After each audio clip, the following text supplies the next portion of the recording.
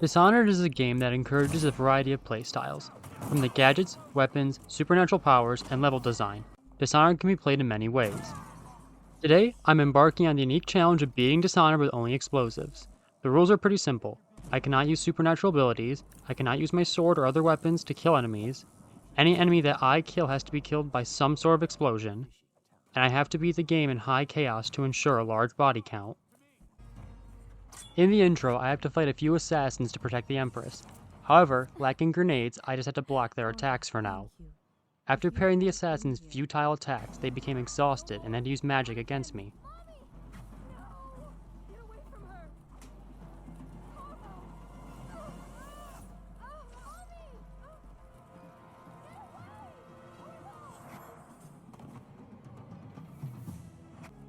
After Dowd and his lackeys kill the Empress and kidnap Emily, they teleport away, and I'm framed by the two most suspicious men of all time.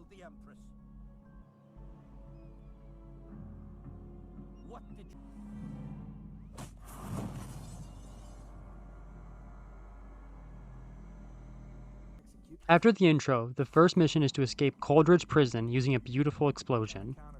And as there are no explosives within Coldridge, I am going to immediately break a rule and knock out all the guards. I retrieved the beautiful device and got right back to work.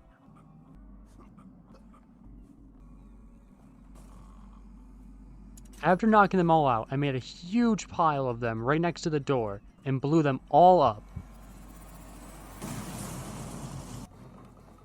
Jumping into the river, I make my way into the sewer. Within the sewer, I find my sword and crossbow. Disarming the traps earlier, I use the incendiary bolts to burn the guards in the sewers. Unfortunately for me, there were more guards than there were incendiary bolts, so I had to run. Escaping the sewer, I met up with Samuel, who took me to the Hound Pits pub. At the Hound Pits pub, I met all the quest givers, who totally won't betray me. Like, ever, at all. They will never betray me. After having a little nap, I awaken the void to receive the heart of my dead lover, and powers that I mostly can't use. When I awake for real, I meet up with Piero to buy as many explosives as I can to use to detonate the militant Pope. At Clavering Boulevard, I grab a couple of whale oil tanks and chuck them at some poor, unsuspecting guards. To evade their avenging comrades, I ducked into Granny Rag's house, which spawned thugs, who were then quickly killed by the guards. Following that, I disabled the wall of light and used the whale oil tank to launch a devastating attack. Then, I ran into a side alley to attract the attention of some thugs. I lured these thugs into a fight with the guards. I then used this fight to slip past the guards, disable the second wall of light, and blow up the entire group. I gave Martin about 50-50 odds of surviving this explosion. Unfortunately for me, he survived, so I guess I had to free him. With Martin free, I used agility and I climbed to the second floor ledge. After waiting patiently for the High Overseer to find the right key, I chucked a grenade at him. Miraculously, Captain Kurnow survived the explosion and made his way to safety. Once I grabbed the journal, I went outside to the backyard. Here I broke into the workshop to find the precious valve. I didn't end up using this valve, and just broke into the storage room from the back instead. After grabbing everything of value, I jumped from the ledge into the river and swam to Samuel to complete the mission. Between the second and third mission, the game introduces a new enemy type, the Weeper. I'm tasked with killing two of them, so I brought 2 oil tanks into the sewer and blasted them. I'm not sure how Corvo's nostrils are doing in a sewer full of burning, rotting flesh, but he'll probably be fine. Before heading back to Clavering Boulevard, I restock on explosives. After seeing the glorious watchtower rain down explosive arrows on Weepers, I know exactly what I have to do. Leaping up to the tower, I use a rewire tool to make the tower friendly. After it cleared the whole street for me, I strolled down to the distillery district, where I had a quick chat with Slackjaw about recovering his lover's last will and testament at a doctor's lab. I hurled a grenade at an officer guarding the doctor's balcony, turning him into meaty little pieces, and allowing me access to the second floor of Dr. Galvani's laboratory. I dealt with the guards inside the same way I dealt with the guards outside. They were all blasted to bits. With all the guards dead, I easily recovered Slackjaw's lover's last will and testament.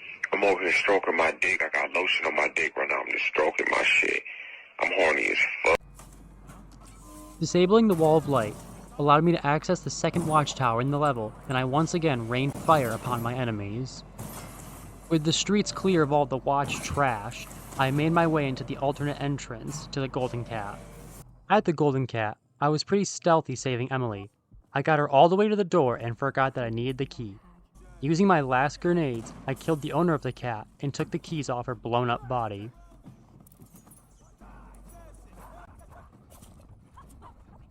I then gave the guards, easily, my worst successful escape in Dishonored. After running around the entire business, I lost the guards and unlocked the door for Emily.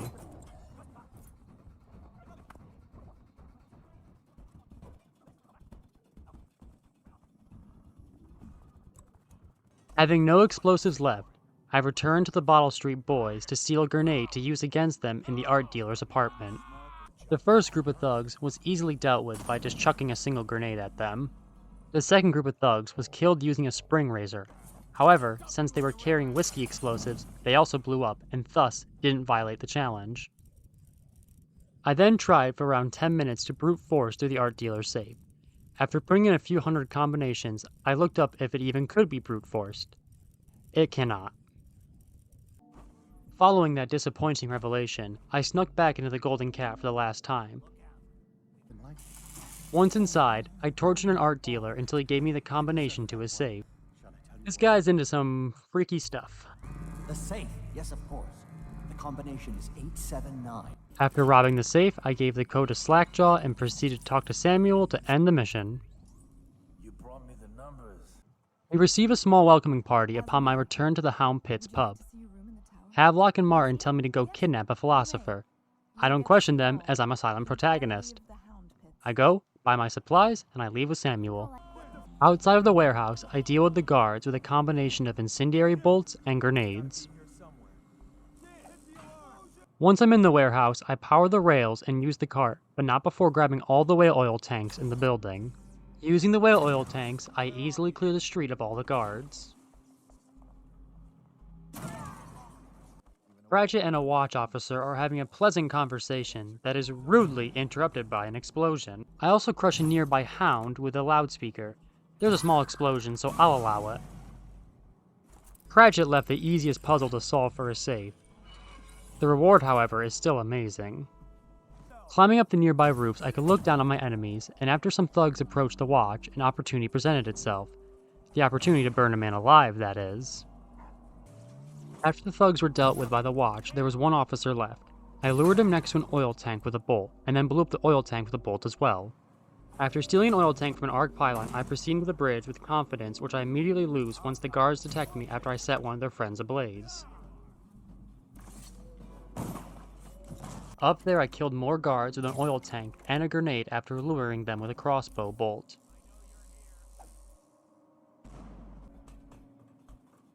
With enough guards dead, I can easily raise the bridge, which allows me access to the lights, which I disable so Samuel can sneak into Sokolov's back entrance. The rest of the guards were dealt with by luring them near river crests. The river crest killed them, not me, so it's okay. The next section has spinning wheels that I must stop to progress into the front entrance of the lab. I sneak up to the control area in order to stop the wheels. After losing the guards and taking the oil tank from the wall of light, I use it to explode an officer, and in the chaos, I run towards the lab. Outside the lab, I climb onto the building to the right and use the chain to climb up to the top level. Once I'm up there, I find a guard who would look a lot better as beef jerky. Because I have to kidnap Sokolov and not murder him, I have to choke him out instead of blowing him up. I attempted to jump across the roof to Sokolov in hand, and after becoming a red skid mark on the air vent, it became obvious that fighting was my only way out. Luckily for me, there is an infinite number of whale oil tanks in the lab, and I use them with no discretion.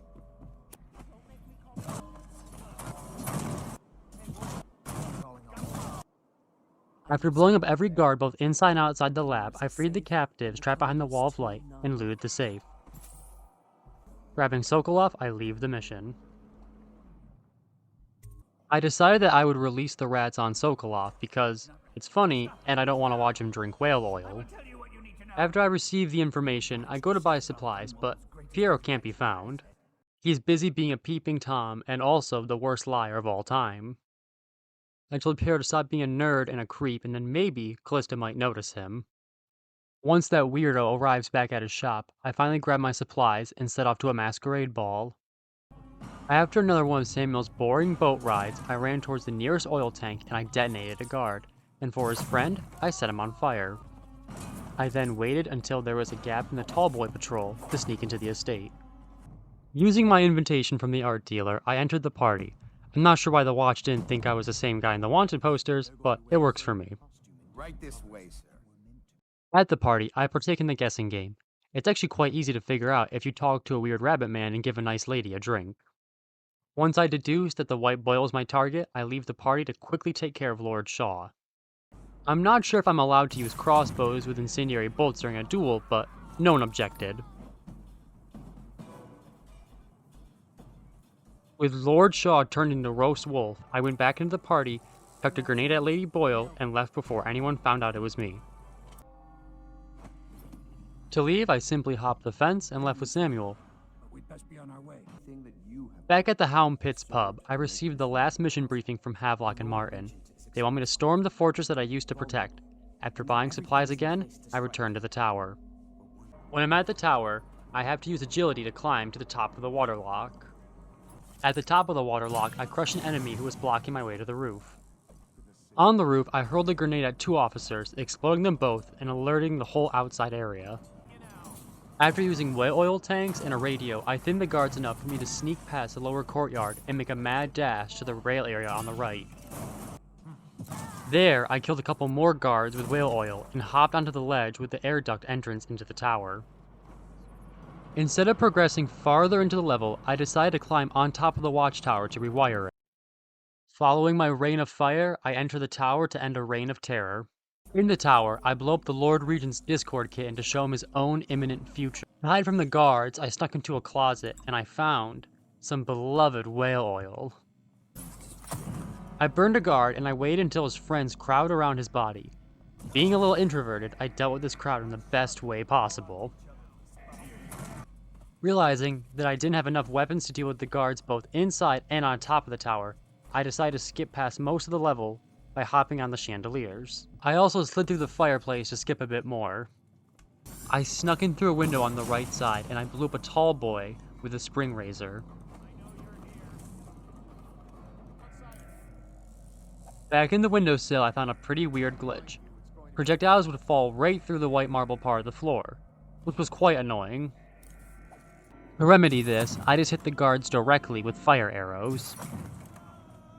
The Lord Regent is looking quite confident considering that everyone around him is dying. After dealing with the music player, I disabled the wall of light and I wasted the Lord Regent. This alerted at least 6 guards who sprinted in and tried to kill me. They were pretty persistent. They even blew up my favorite windowsill. After hiding in a corner for a little while, I made a mad dash into the tower, down the chandeliers, into the air ducts, and into the courtyard. With the watchtower clearing the courtyard for me, I was free to go to the lock and jump right into the water and talk to Samuel. Returning from the tower, a small toast was held in my honor. Unfortunately, Corvo's a lightweight and passes out right before he gets to bed. Being the first one to pass out at the party, his friends pull a nasty prank on him and put him in a boat, and he drifts off into the flooded district. You're a mystery. Corvo's friends, however, didn't plan on Dowd imprisoning the Lord Protector. Dowd, being the mean he is, can't just kill my secret wife. He also throws my cool shit down a hole and knocks me out. I awake, eat a rat, and then I bust out of the roughest, toughest prison cell in all of gaming. Once I'm out of the cell, I don't have any explosives, so I simply have to run away from the whalers. Needing my bombs, I went towards Greaves' refinery, and on the way there I found a few grenades at the bridge gate. Outside of Greaves' refinery, I was able to power the stairs. This allowed me to easily climb to the top. In the refinery, I powered a platform with an oil tank, and I used a chain to climb down towards my gear. I fought the Weepers at the bottom with grenades and oil tanks, and was able to recover my gear. Back outside, I used the infinite whale oil tanks to take care of the river crusts and Weepers that were infesting this part of the level. I was back at the bridge, but the whalers were guarding it now. However supernatural they are, they're still flesh and blood, something a grenade can easily rip through. In a rail car, there was a blueprint for explosive bullets. I won't miss that twice. The area outside of Dowd's base is pretty hard to sneak around in, especially without the use of powers. I got right up next to the window entrance, however I just couldn't sneak in yet. The place was crawling with assassins. Using a grenade, I detonated an assassin, which was an amazing distraction I could use to sneak in. Inside the base, I used both grenades and incendiary bolts to dispatch my enemies. One assassin even got flustered and teleported back onto a live grenade. Poor guy, he's just a little anxious. I snuck above Dowd and dealt with him by hurling a few grenades his way. He begged for his life, and I threw another grenade at him. He could teleport away, so that's on him. The first thing I did in the next area was loot the looter's stash. This includes a sticky grenade blueprint that I missed at the Boyle estate. The looters were also stashing a whale oil tank that I used to power a light. This light alerted the watch of a nearby Weeper infestation, which distracted them quite well. While the watch was busy, I ran towards the gate and disabled the wall of light with a well-placed bolt. To progress, I had to backtrack up a building onto the train. This would allow me to bypass the gate, which wasn't accessible from the ground without blink. I wish there were more trains in the game. I think that'd be pretty fun. In the sewers, one of Slackjaw's thugs told me about how his whole gang got ambushed and that someone is holding Slackjaw captive. If only he knew who it was, he'd be even more embarrassed. After venturing deeper into the sewer, I found Granny Rags holding Slackjaw hostage. I'm not really in the mood for Slackjaw soup tonight, so I burned Granny Rags' cameo. This causes Granny Rags to become mortal, so I burn her as well.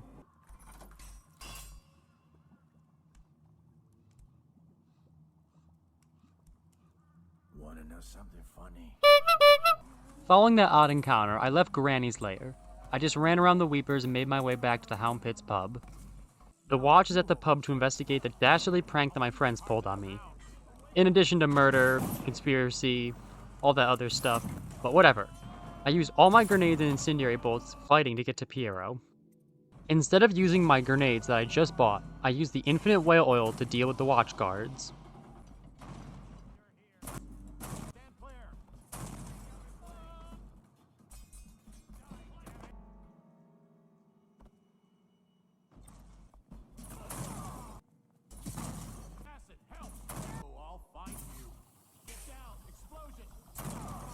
After all the prank police were dead, I summoned Samuel via flare to take me to my friends where I'd get revenge on them for their pranking ways. King Sparrow Island is quite the fortified position. One of the first obstacles I face is a watchtower that is inaccessible without blink. I figured that I could use blink just this one time because it was the only way I could rewire the watchtower. The watchtower has a small radius, so I had to lure the guards into an open area underneath the tower. After dancing around the guards and explosive bolts, I snuck into the first gate control area, blew up an officer, and disabled the wall of light. Being resourceful, I used my whale oil tanks to take care of a few guards in the courtyard. Once I breached the first gate, I ran into a small room. The confined space worked wonderfully with my grenades.